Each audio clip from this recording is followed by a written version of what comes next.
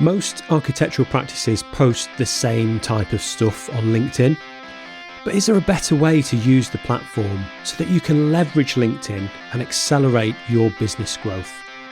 That's exactly what I'm going to be discussing today with Sarah Clay in this episode of Architecture Business Club, the weekly podcast for solo and small firm architecture practice owners just like you who want to build a profitable, future-proof architecture business that fits around their life.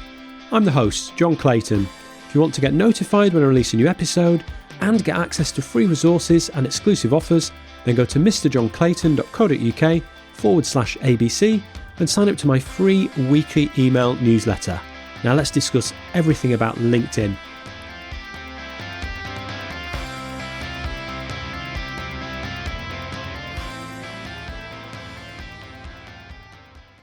Sarah Clay is an award-winning social media trainer and strategist. Sarah has over 10 years' experience heading up marketing and PR departments. She ran her own social media agency, Sarah Clay Social, looking after social media for all sizes of business before focusing on training business owners how to love and leverage LinkedIn to accelerate their business growth. Sarah's specialism is working with entrepreneurs and business owners to help them get more leads from LinkedIn.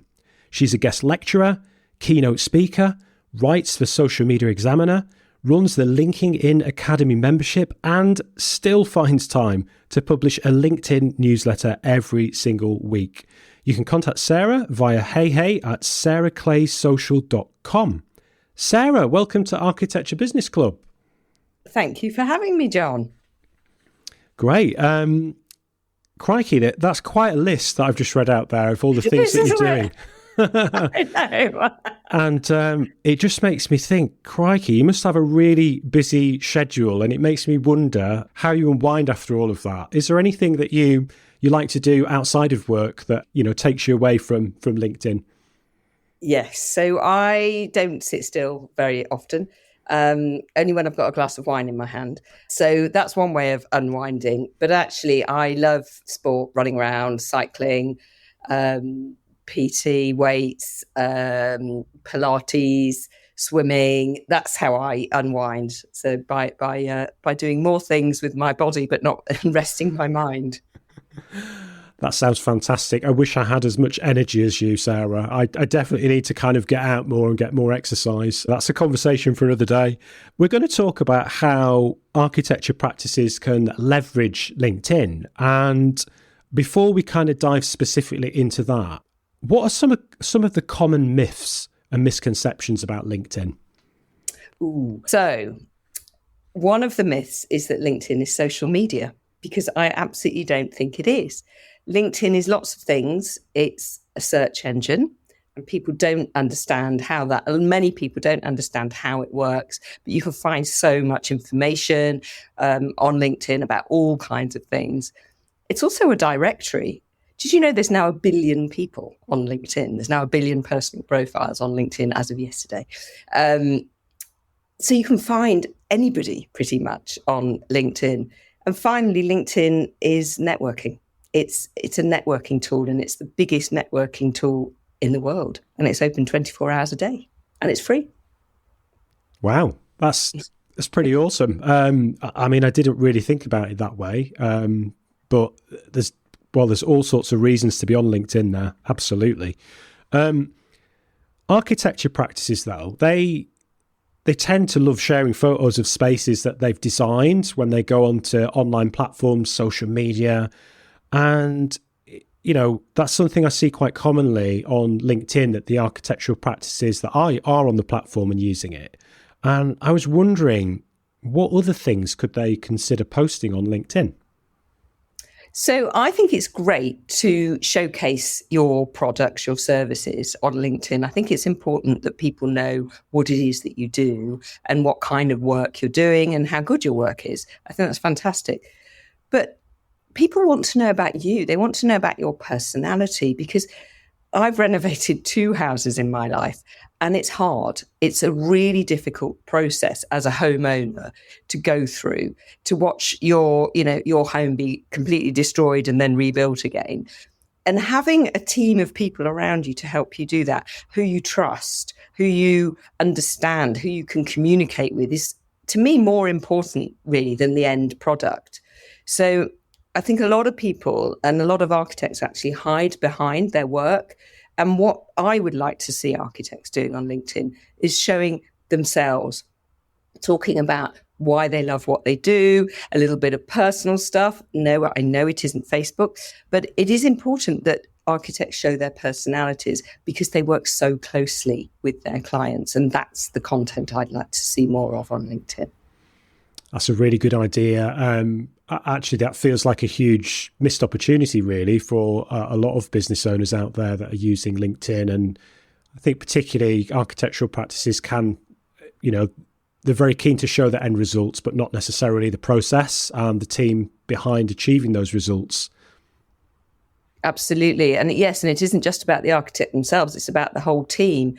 And I'm a big advocate of employee advocacy, of getting the whole team on LinkedIn so everybody can get to know whoever, in the organization that they're going to be touching or working with.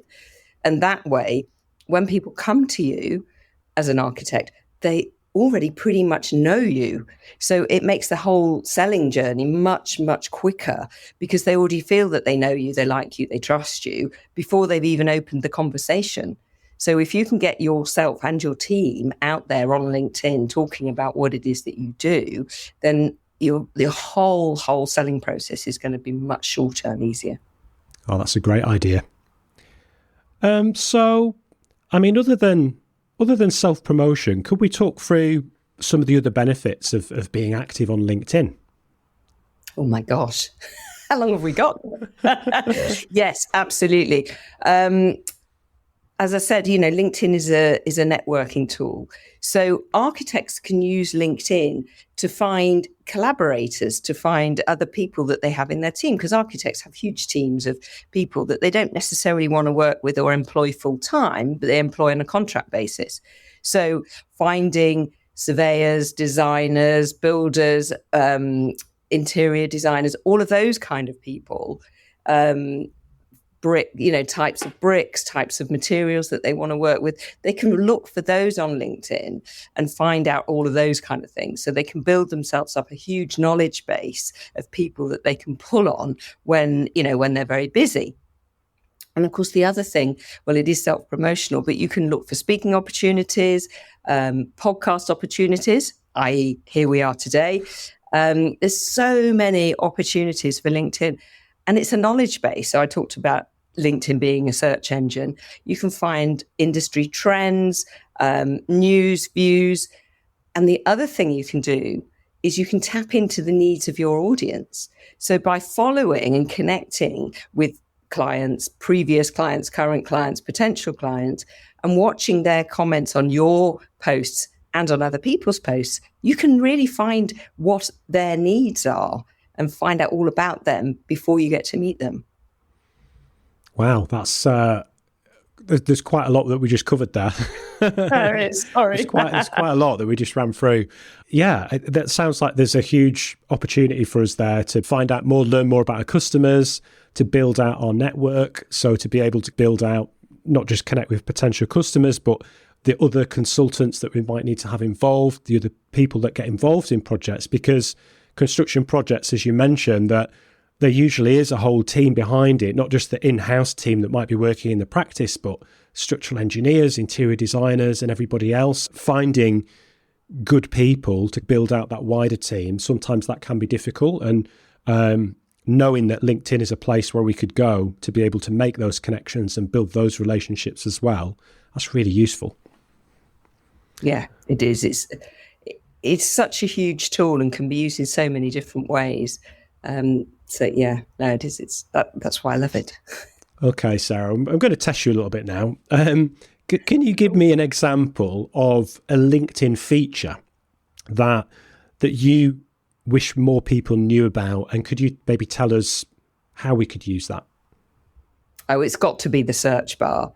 So the search bar at the top of your LinkedIn homepage is so tiny. It's just this tiny little rectangle.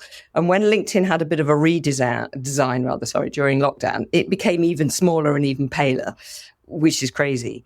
But will open so many doors. When you know how to use that search bar correctly and you open it up and you see what's behind it, honestly, that's the golden gate that will open up so many opportunities.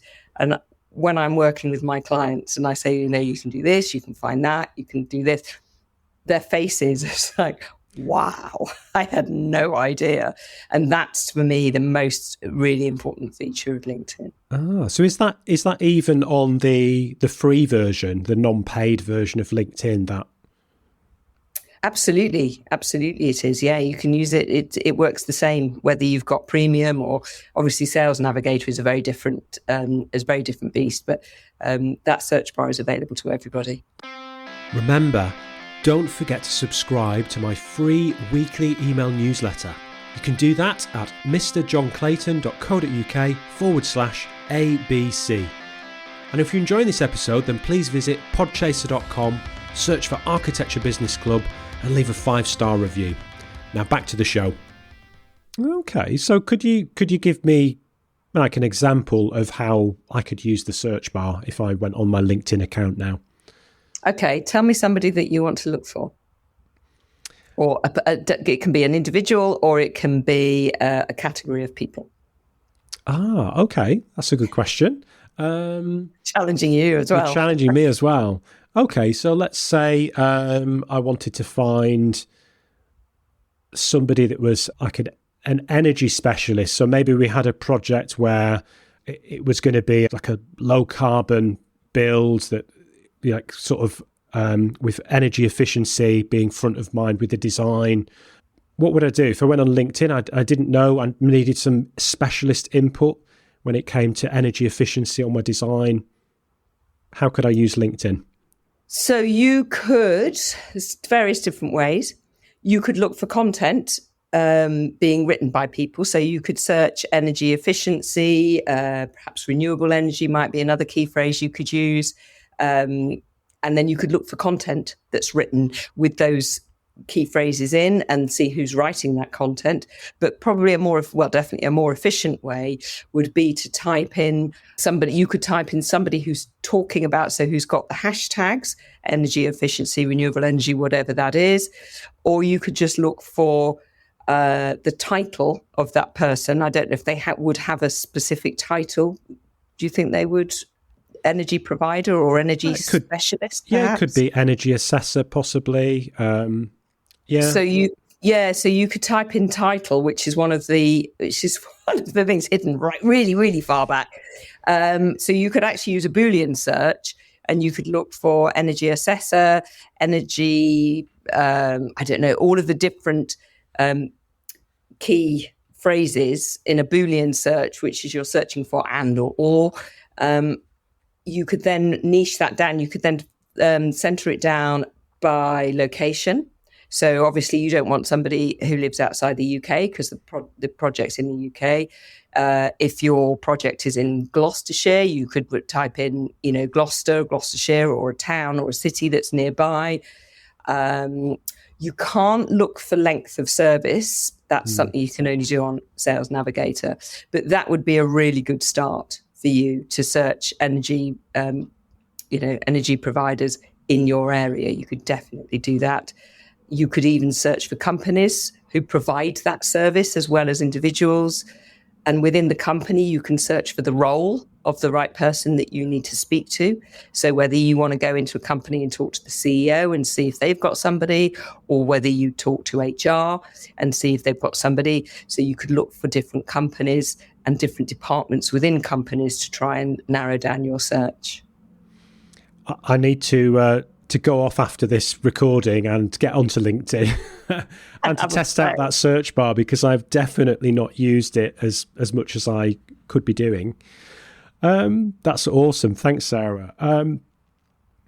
What advice would you give to architects and building designers to get more out of the platform? Could you perhaps share maybe 3 simple steps to help them up their game on LinkedIn?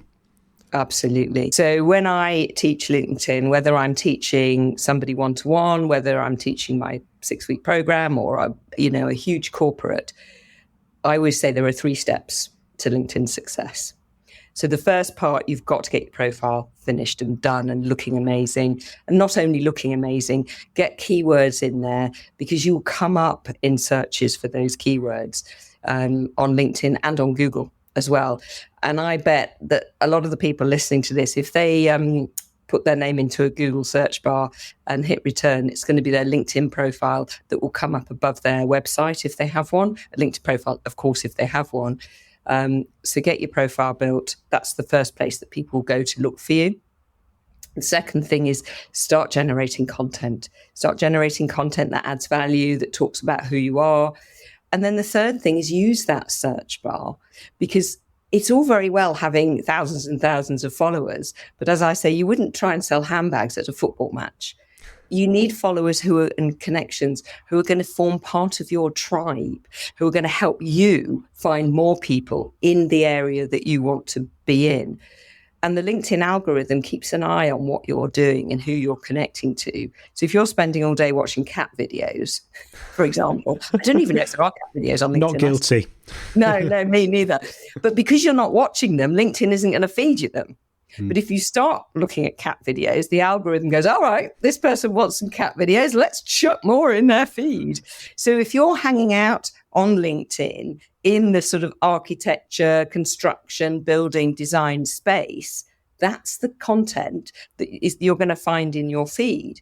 So you can be very targeted, and you can curate your own feed by the activity that you have on it. So 3 steps: get your profile built beautifully, SEO optimized, get a content strategy and start posting consistently on the platform, and then use the search engine and go out and talk to people on LinkedIn.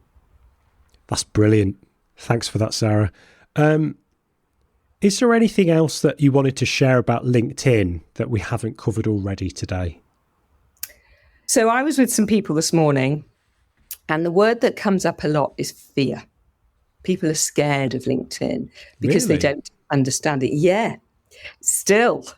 People are like, oh no, I don't know what to say. It's a business platform, and I have to put my suit and tie on before I even go on, kind of thing.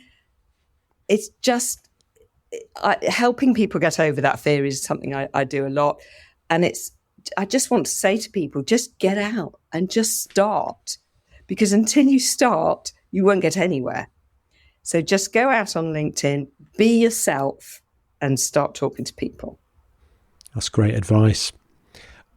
Sarah, actually something else that I wanted to just ask you about. You mentioned that you've previously done a couple of home renovation projects in the past. Could you tell us the story of that and what your experience was like when you did maybe the first home renovation project, and what that experience was like for you?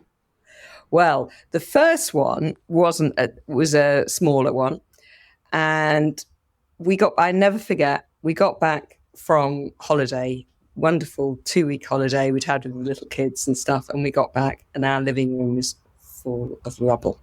Literally bags and bags and bags and bags of rubble. I mean, it was a building site, and we kind of expected it to be a building site when we got back, but it was not meant to be like that. And the whole house was just a mess, and it was awful. They knew we were coming back then, and bless them, we called them up and they said, oh, sorry. And they came around, they cleared it and tidied everything up, but it was a real mess. The second project was my 5-story house, which ended up in an insurance claim and us having to move out for 18 months to redo all the poor work that the builders had done.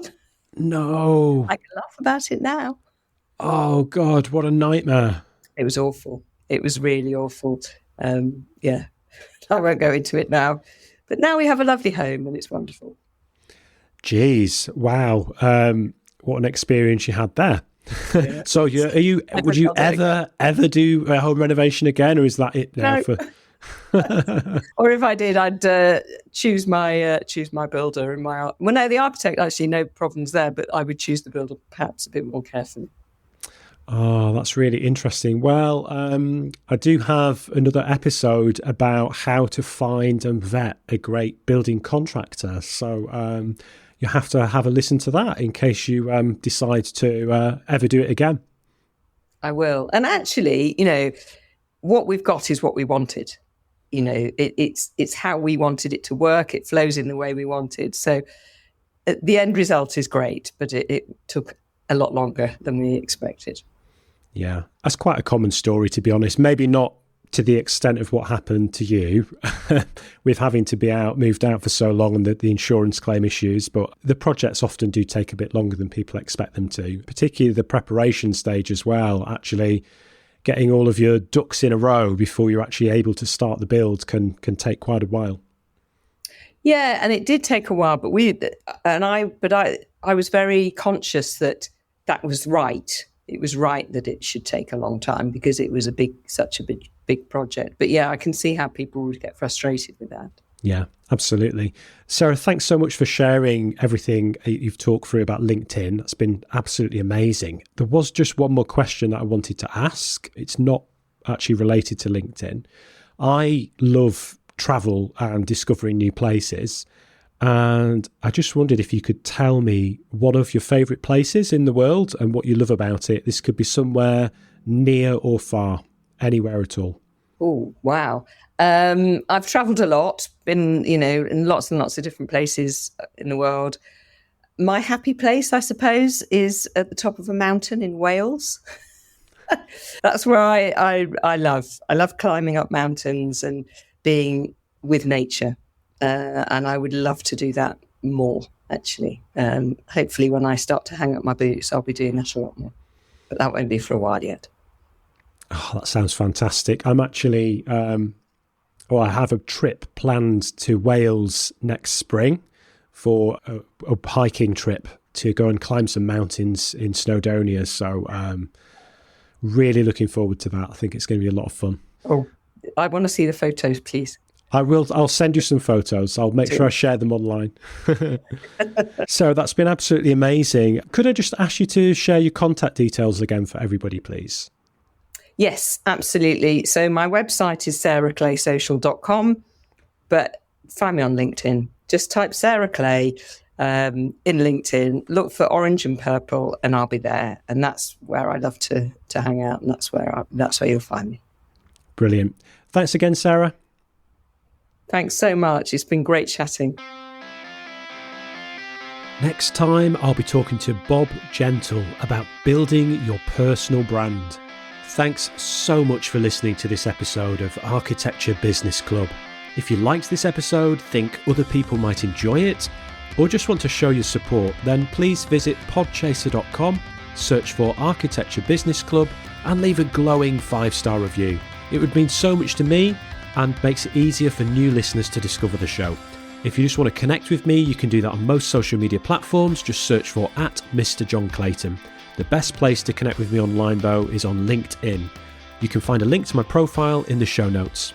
Remember, running your architecture business doesn't have to be hard, and you don't need to do it alone. This is Architecture Business Club,